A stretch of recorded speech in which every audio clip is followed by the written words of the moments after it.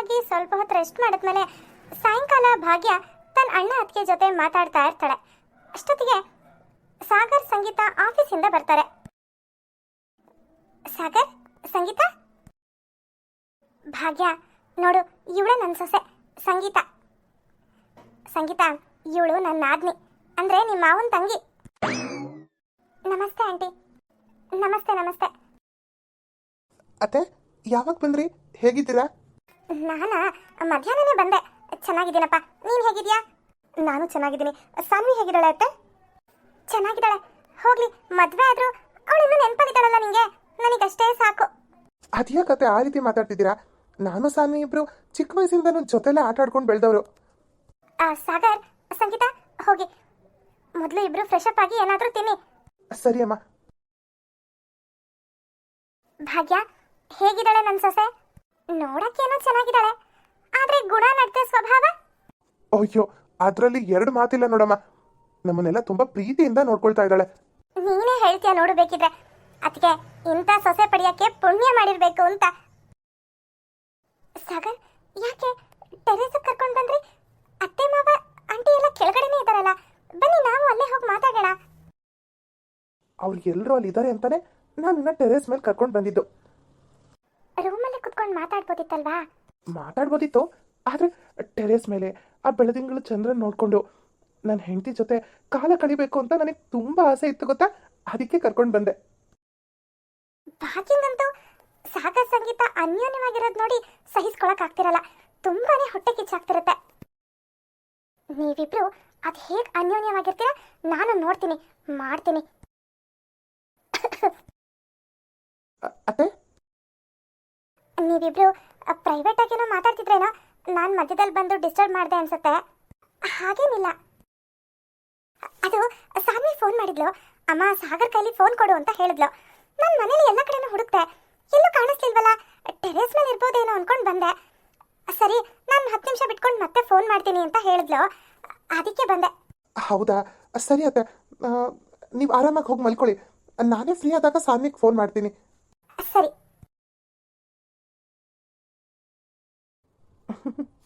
ಸಂಗೀತ, ನೀನ್ ಇವತ್ತು ಎಷ್ಟು ಚೆನ್ನಾಗಿ ಕಾಣಿಸ್ತಿದ್ಯಾ ಗೊತ್ತಾ?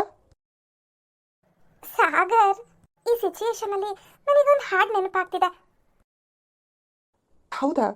ಯಾವುದು? ಬೆಳದಿಂಗಳ ರಾತ್ರಿಲಿ ನಕ್ಷತ್ರದ ಹೊದಿಕೆಯಲ್ಲಿ ನಾನಿರುವೆ ನಿನ್ನ ಮಡಿಲಲ್ಲಿ, ನಿನಗೆ ನಾನು ನನಗೆ ನೀನು, ನನ್ನ ಜಗದ ತೊರೆಯು ನೀನು. ಸಂಗೀತ, ನಾವಿಬ್ರು ಇಡೀ ರಾತ್ರಿ ಇದೇ ತರ ಹಾಡು ಹೇಳ್ಕೊಂಡು ಆರಾಮಾಗಿ ಇಲ್ಲೇ ಮಲ್ಕೊಳ್ಳೋಣ, ಏನಂತೀಯಾ? ಸಾಗರ್, ನಡೀರಿ ಮೊದಲು ಮಲ್ಕೊಳ್ಳೋಣ, ಬೆಳಗ್ಗೆ ಎದ್ದು ಆಫೀಸಿಗೆ ಹೋಗ್ಬೇಕು. ಸರಿ, ನಡಿ. ಓಹೋ, ಇಬ್ರು ಡುಯೆಟ್ ಬೇರೆ, ಯಾಕೋ ಅತಿ ಆಗೋಯ್ತು ಇವರಿಬ್ರದು.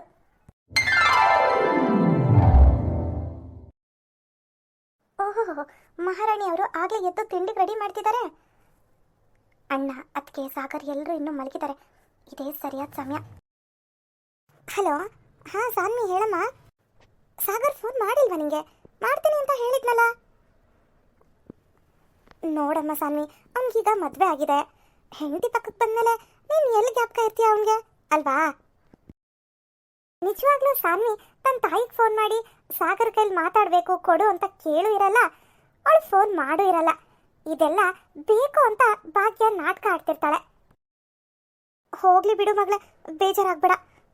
ನೀನು ಬೇಜಾರು ಮಾಡ್ಕೊಂಡ್ರೆ ನನಗೂ ಬೇಜಾರಾಗುತ್ತೆ. ಇನ್ನೊಂದ್ಸರಿ ಅವನಿಗೆ ಹೇಳ್ತೀನಿ, ಮಾಡಿದ್ರೆ ಮಾಡಲಿ, ಬಿಟ್ರೆ ಬಿಡ್ಲಿ, ಅಷ್ಟೇ.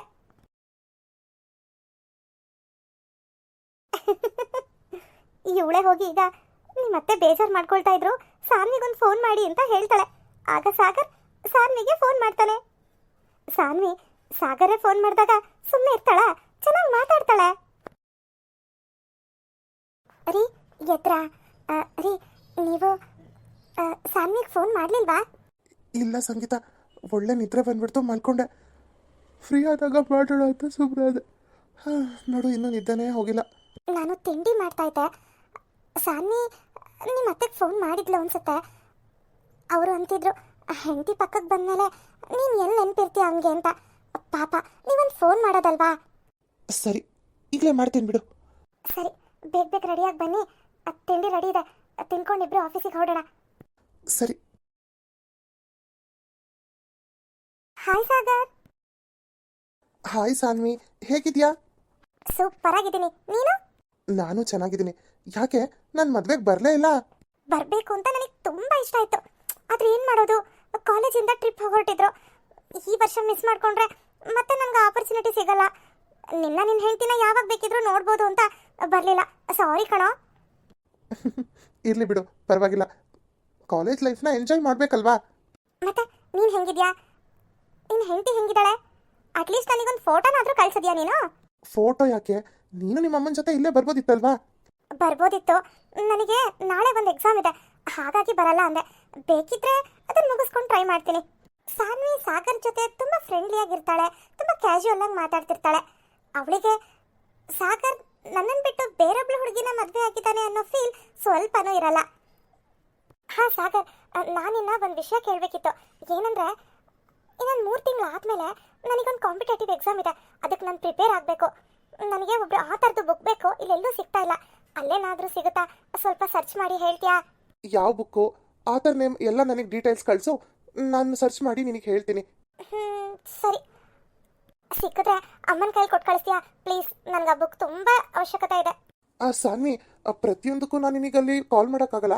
ಒಂದು ಕೆಲಸ ಮಾಡು, ನಾಳೆ ಎಕ್ಸಾಮ್ ಮುಗಿಸ್ಕೊಂಡು ಬಂದ್ಬಿಡು, ನಾನು ನಿನ್ನನ್ನು ಕರ್ಕೊಂಡು ಹೋಗ್ತೀನಿ. ಯಾವ್ಯಾವ ಬುಕ್ಸ್ ಬೇಕೋ ನೀನೇ ನೋಡ್ಬೋದಲ್ವಾ? ಹಾಂ, ಇದು ಒಂಥರ ಒಳ್ಳೇದೆ.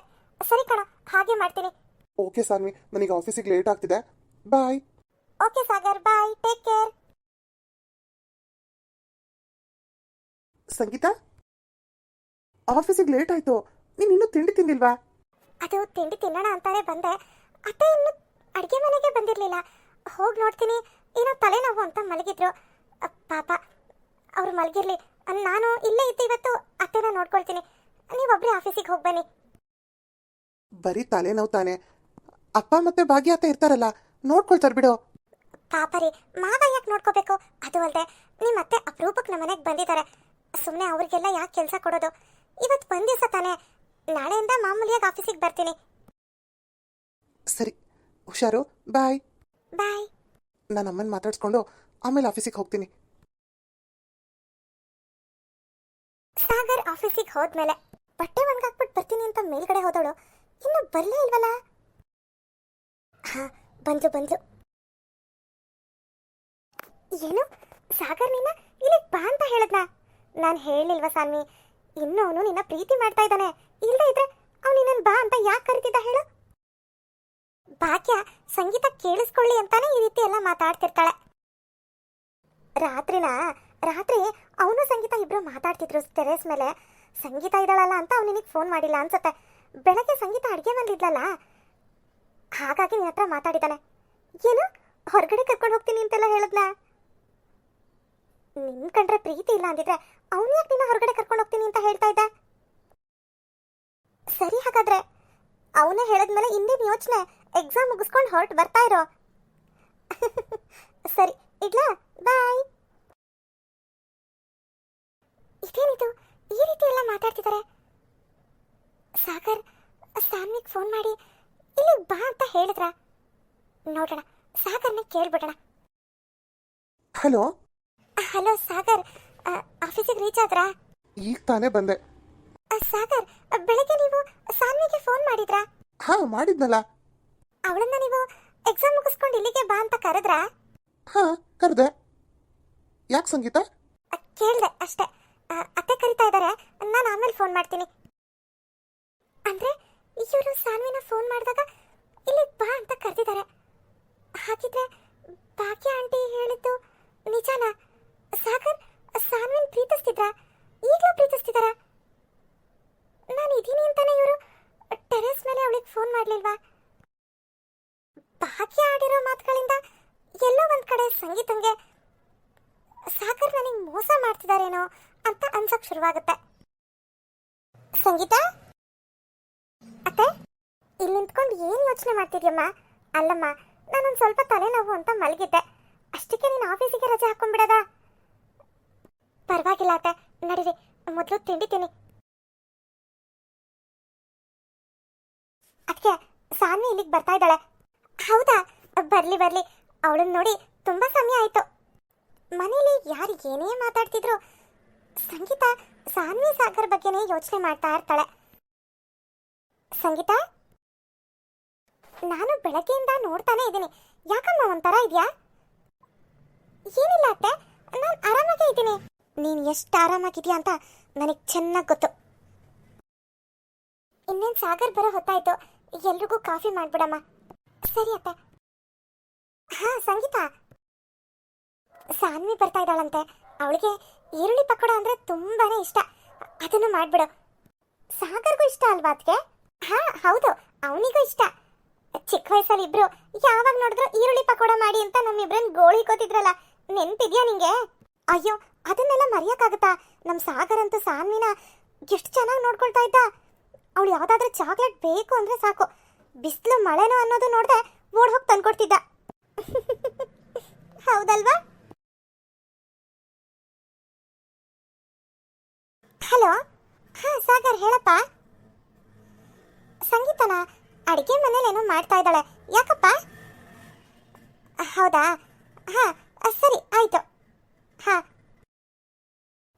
ಏನಂತೆ ಅದಕ್ಕೆ? ಅದು ಸಾನ್ವಿ ಸಾಗರ್ಗೆ ಫೋನ್ ಮಾಡಿದ್ಲಂತೆ, ಎಲ್ಲಿದ್ಯಾ ಅಂತ.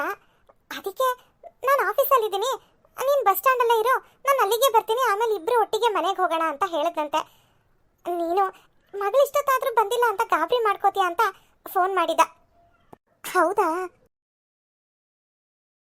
ಅತ್ತೆ? ಅತ್ತೆ, ಇಷ್ಟೊತ್ತಿಗೆಲ್ಲ ಸಾಗರ್ ಮನೆಗೆ ಬರಬೇಕಿತ್ತು, ಯಾಕೋ ಬಂದಿಲ್ಲ. ನಿಮ್ಮಿಬ್ರಿಗೂ ಕಾಫಿ ಕೊಟ್ಬಿಡ್ಲಾ? ಬೇಡಮ್ಮ ಸಂಗೀತ, ಇನ್ನೇನು ಸಾಗರ್ ಬಂದ್ಬಿಡ್ತಾನೆ. ನನಗೆ ಫೋನ್ ಮಾಡಿದ್ದ, ಅವನು ಬಸ್ ಸ್ಟ್ಯಾಂಡಿಗೆ ಹೋಗಿ ಸಾನ್ವಿನ ಕರ್ಕೊಂಡು ಒಟ್ಟಿಗೆ ಮನೆಗೆ ಬರ್ತೀನಿ ಅಂತ ಹೇಳ್ದ. ಹೌದಾ?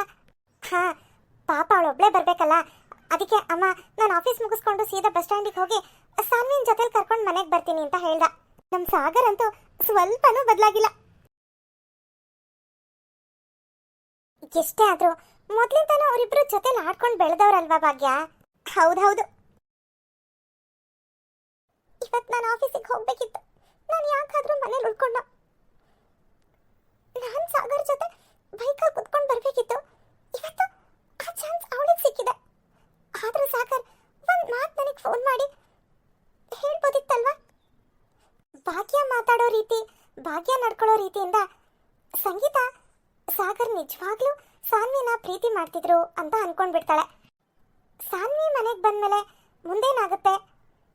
ಭಾಗ್ಯ ತಾನು ಅನ್ಕೊಂಡಂಗೆ ಸಾಗರ್ ಸಂಗೀತನ ಬೇರೆ ಮಾಡ್ತಾಳ ಅನ್ನೋದನ್ನ ನೆಕ್ಸ್ಟ್ ಎಪಿಸೋಡ್ನಲ್ಲಿ ನೋಡೋಣ. ಈ ಎಪಿಸೋಡ್ ನಿಮಗೆ ಸ್ವಲ್ಪನಾದರೂ ಇಷ್ಟ ಆಗಿದ್ರೆ ಪ್ಲೀಸ್ ನಮ್ಮ ಚಾನಲ್ನ ಸಬ್ಸ್ಕ್ರೈಬ್ ಮಾಡಿ, ಹಾಗೆ ಲೈಕ್ ಮಾಡಿ, ಶೇರ್ ಮಾಡಿ, ಕಮೆಂಟ್ ಮಾಡಿ. Bye friends.